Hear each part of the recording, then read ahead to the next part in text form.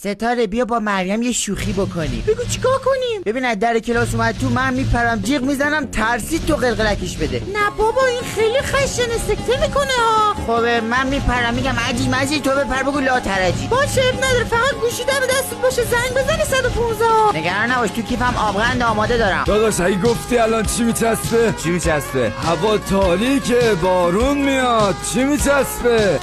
بنگ. داداش بنگ چیه؟ میگم بیا بریم مشتبه رو بترسونیم. داداش مشتبه بیمارستانه.